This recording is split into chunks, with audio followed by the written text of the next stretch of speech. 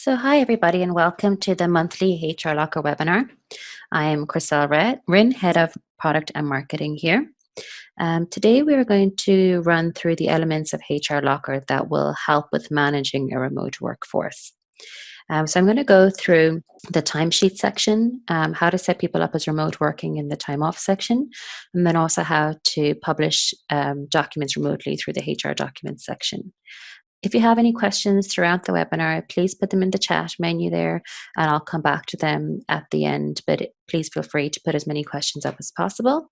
And also, if you'd like to schedule a call after the webinar to be able to go through things more in depth, please feel free to drop me an email or pick up the phone and give me a call, and I'll be happy to go through anything with you. So the first thing I'm going to show you here is the timesheet section. Okay, so this is here on your dashboard is where the timesheets are. But what I'm going to do is show you how you set them up. And that's here in the settings section. So when you're setting up the timesheet section, they can be done at office level. And then they can also be done at an individual employee level. So what I'm going to do here first is show you here at an office level. So I'm going at the head office here, going to settings and selecting time on. So when you're setting up your timesheets for your company, what I would suggest is you start at the office level.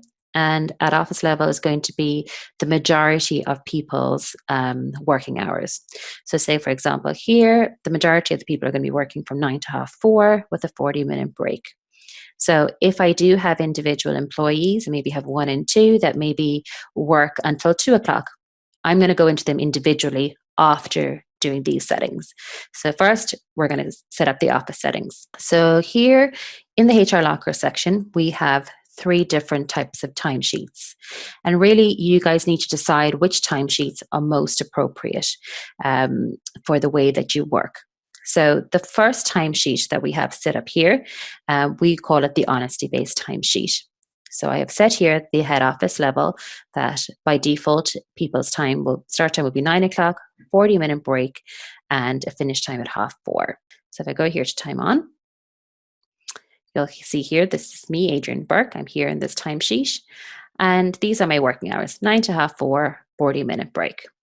And by honesty-based timesheet, what we mean is that I can come in here on a Friday and basically complete my hours by just manually putting them in. So I don't physically have to clock in and out. And so I can change my times there. And then at the end of the week, I can save this timesheet and submit it for approval to my manager. But there is no clocking in and out. There's no location settings or anything like that. So that's the first timesheet, and it's really just for people who are working same hours every single week, and that you're happy to have that kind of flexibility that they can just fill them in at the end of the week. So for remote working, what we have found here, settings and back to time on again, is that people tend to use the clock in and out timesheets. So I'm going to click in the clock in and out. You see now I've got a few different settings here. So the 2 different settings I have here in clock in and out, the first bit here is the geolocation. So this is the section where when you're clocking in and out, it's going to kind of ping the GPS location where the employee is actually clocking in and out. And the other section here is the IP address. Now, most people, when they're working from home, would not have a static IP address. Now, you can get one. So if you do want to use the IP address, you will have to get your employees to contact their broadband provider and ask them to provide them with a static IP address. So I have one person set here. So if you put in the IP address, and I'll tell you, most of the time, the way that you can get the IP address is if you go into Google and you say, "What is my IP address?" and it'll give you the IP address. And what that does is, I have somebody set up here. Okay. What that does is, so right now I'm logged in as Kathy Lyons. So she is set up as an IP address user. And what that means is when she clocks in and out on HRLocker, it's going to give her a notification that she is actually not in an allowed IP address area. So you see here, she says, "You're not authorized to clock in from this location." So this would really mean that if she was an office-based worker and you required her to be in the office, when she clocked in, she gets this notification saying, "You're not in the office, you're not in that allowed IP address zone." So she's still able to clock in, But when she clocks in, it's going to be highlighted with yellow, and their manager will see, oh, okay, so where exactly was Kathy if she wasn't in the office? And maybe there may be a really legitimate reason, for example, that people had to remote work at the moment. So she'd leave a little note in there saying, I'm working from home, and this is the reason why I've clocked in from outside the allowed IP address area. So if this is the option that you want, you can have a talk about how to set up the IP addresses afterwards. But for this section, what I'm actually going to show you is tracking the geolocation, which is here. Now, the geolocation, it works best from your mobile phone device. So we do have both an Android app as well as an Apple iTunes app that you can download specifically for the clocking in and out. And because the phone, I suppose, allows a more accurate GPS location, we would advise that you're actually using the either the apps or the actual HRLocker website on your phone. So if you do clock in and out on your laptop or computer using the geolocation, it's just not going to give you an exact location. It's still going to pretty much give you, within kind of 20 meters of where you are, but it's not going to pinpoint exactly where you are, whereas the phone will. So when you have the GPS location on, so you see I'm here as Alan, and Alan has GPS location turned on. So he's going to clock in and out. And for your manager, you're able to see where he was when he clocked in and where he was when he clocked out. So you'll click the little globe. And once you press the view map, it'll show you on Google Maps exactly where that person was when they clocked in for work. And likewise, when they clocked out from work as well. Now, one of the main features, so you do have a couple of decisions to make when you're setting up timesheets for remote workers, is whether you're going to be doing the clock in and out or whether you're going to actually be doing the honesty-based timesheet. But what's really important to remember is that the clocking in and out and recording hours is one section, but more importantly, there's also the project section. And this project section is there for employees to be able to note down the amount of hours that they spend against each project during the day. So this is I'm in Adrian's works timesheet here. I've put in 9 to 4:30, so that's what I've been working this week. But now I want to assign the hours that I've worked against different projects. But when you're setting up your projects, they're here in the green tab over here. And when you're creating a project, I'm just going to create one here. And for example, I'm going to have meetings. I'm going to change that to team meetings. And the note. So one of the things that I found when you're managing a remote team is that it's really important to keep in contact with your team members at all times. So a lot of my day is usually taken up by kind of team meetings, just checking in with the different teams that I have to make sure that we're on the same track, we're on the same project, and also just kind of keeping that that relationship going as well. Now, there is a section here that it says charge per hour. So what this charge per hour here is if, for example, you're a consultancy or a marketing agency, and perhaps maybe you want to put in there the name of a client or a specific project that you're working on, even if you're in construction, and there's a specific charge per hour that you can actually calculate how much that cost, that project has actually costed you. So if you put in, let's say, 100 euros there, it's going to be 100 euros per hour. So we're going to save the change there. So we have here, we're going to go to this account management one, and I'm going to assign it. Okay, so when you're assigning a project, you can assign it either by office, department, or employee. So if you want to assign it to multiple offices, you can choose head office, select the control key, and select sales office, US office, and let's say Switzerland. And this project then will be assigned to everybody in each one of those offices. Or you can just assign it to one employee. So select employees here. And I'm going to just choose that one employee I want to assign it to and just add them there. Now, if you see here, I have a couple of different charges per hour here. So I have 150 here for Adrian Burke, and I have 20 here for Malik. And that's because on some projects that we work on, we could have different charges per employee. If you press edit, so let's say for Malik here, I can change the default charge per hour. Okay, and you can update that per employee if you need to. So what I like to do specifically for the teams that I manage remotely is I like to get them to clock in in and out every single day, make sure that they're clocking in and out for their breaks, because it's really important that they're not just working all day long, and that they break their day down for me. So say, for example, I would want them to put in that they maybe spent 2 hours on account management, maybe 3 hours on business development, and 1 hour on internal admin. Okay, and I like to get them to do that for every single day so I know exactly where they're spending their time or exactly where the most effort of their day is going. And also, for example, sometimes if I see maybe for internal admin that maybe they've spent like 5 or 6 hours on that, maybe I want to ask that employee why is that project taking them so long, or if they're having an issue, or how can I help them kind of get through that. Because definitely when you're managing remote working teams, it is important that you keep that communication going, that you don't just leave the person, and just that you don't ever check in with them. You want to make sure that their working day is going as easy as possible. So what I also really recommend for people to do is there's a note section here against every single day, and there's a note section here against the whole week. Against the per day, what I get them to do here is, for example, if there's an anomaly in their working hours. So, for example, if they were supposed to clock in at 9 and they clocked in at 8, why? So I would say here, I clocked in at 8 a.m. as had early morning call. Okay, so then very clear for the manager.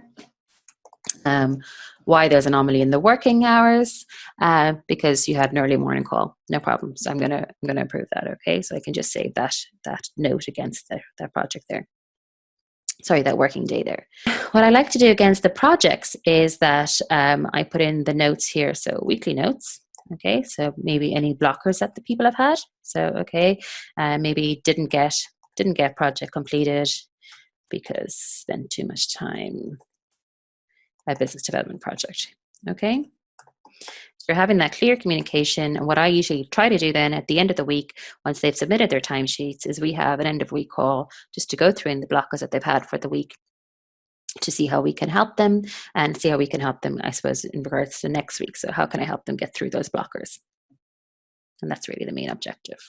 So after their week is finished, you're going to they will save the timesheet and submit it for approval. Once then their manager gets an email saying that they've submitted their timesheet for approval. And then the manager, once they review the timesheet, will either approve it or reject it. If they do reject the timesheet, they may have a question in regards to some of the clock and hours. They'll put a little note in there saying why they've actually rejected the timesheet. So maybe it's because they clocked in for 6 a.m. and maybe they weren't authorized to do that, or if there's a question of why did you clock in at 6 a.m., something like that. Okay. Or if there's a mistake in it. So it's really important to keep that kind of conversation going between the employee and the manager. So like I said to you originally, so you can set these timesheets up at an office level, and I would definitely start at the office level, that with the majority of people's workflows or work schedules, that's where you start. But if there is some people, for example, here in my team, I have 2 people working until 4 o'clock and not till 4:30. I go into directory here. I would choose them here from the directory, go into their settings section, and change here specifically, I suppose, what their actual time is going to be. So I actually want this person to be working from 9 to 4. And maybe I don't want this person clocking in out because they are going to be in the office. Okay. Or maybe I do want this person clocking in and out, but I want them to be using an IP address instead. So you see, you can manipulate it for each person as well as for the whole office.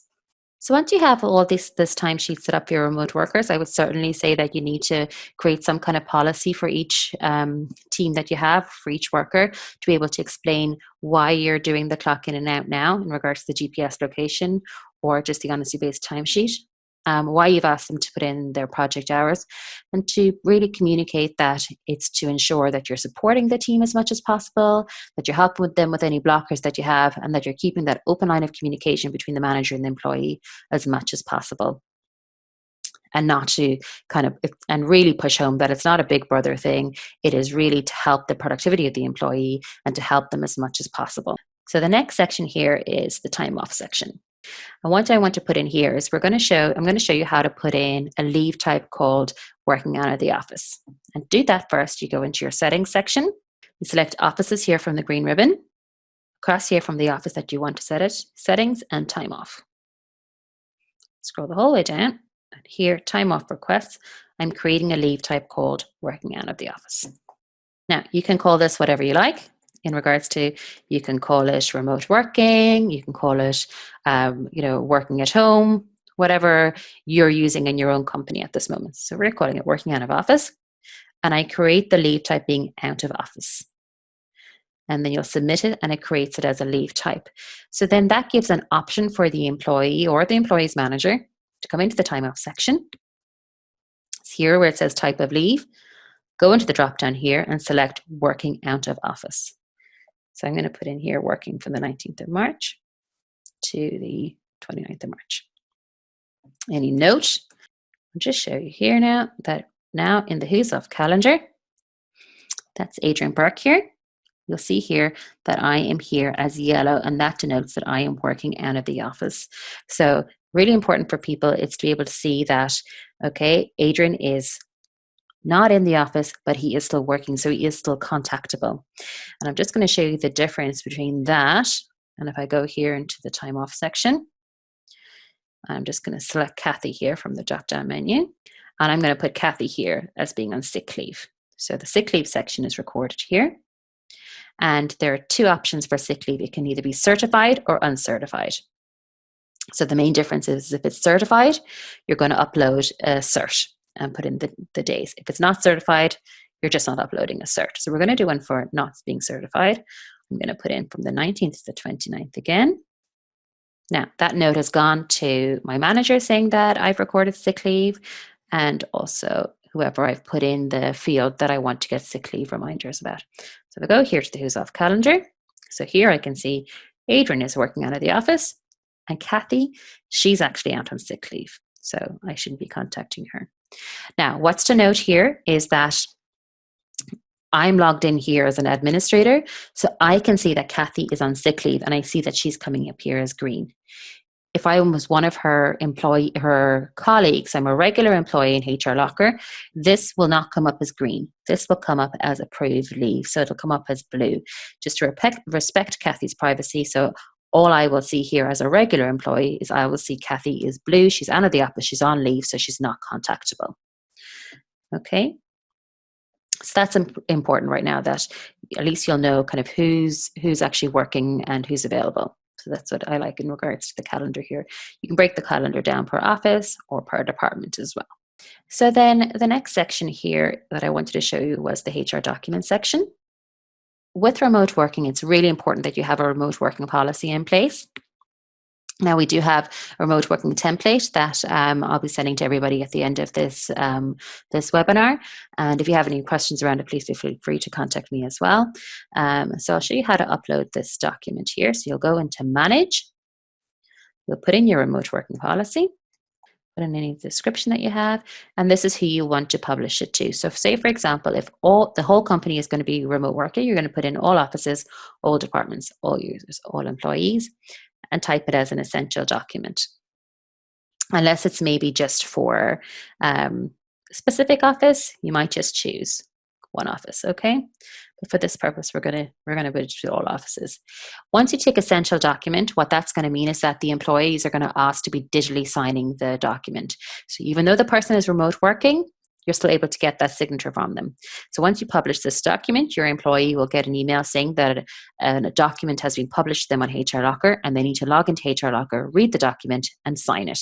And from your perspective then, in terms of policies and procedures, you have a digital signature a checklist of who has and who hasn't signed the document. So once you publish it, it'll go here in the essential documents section here, and you'll see there's the signature bit. They'll be asked to sign it then. And at any stage, you can go into the report section and go into the HR docs and see here graphically, basically who signed it, who hasn't signed it, so who has accepted that remote working policy. Okay, so then definitely at this stage, when you're putting remote working in place, there's a few things that are really important to have up and running. So you need to have that remote working policy in place. So you need to have those documents published to everybody to make sure that they've got them signed. And then also you need to have make sure that their personal details are up to date as well, just in case you need to get in contact rapidly with anybody. And to do that, you'll need to go to the directory here. I'm just going to show Adrian here. And Adrian here, each employee has this personal section here in their employee profile. that the employee can update. So you see here, this person has their personal phone number in, their personal email, their home address, so you're going to know where they're going to be working from, and also the emergency contacts. So it's really important, I would say, if you do have remote workers at this time and they have not filled in their personal tab, that you need to be contacting them and asking them, can they please fill out their personal tab on HRLocker, so you have all their details up to date. In the dashboard, we have this notice board section here that will give you a blanket notice to around your whole company. So say, for example, here I have a notice board saying, due to recent government announcement in regards to COVID-19, all employees will be working from home until March 29th. Please review remote working policy in the HR documents section. But definitely, I would say at this stage, it's remote working is new for a lot of people.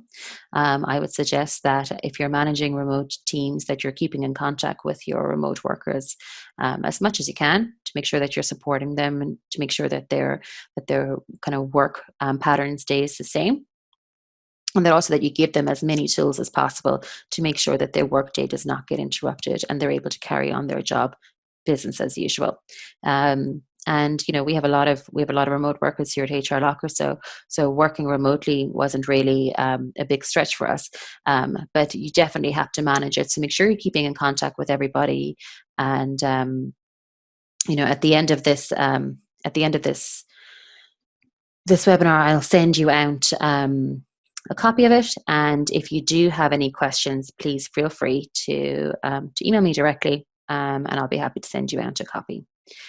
So we'll be doing our next webinar on performance management and how to carry that out remotely as well. So we'll be sending some information on that as well. And if there is any other topics that you'd like me to cover, please let me know as well. Take care.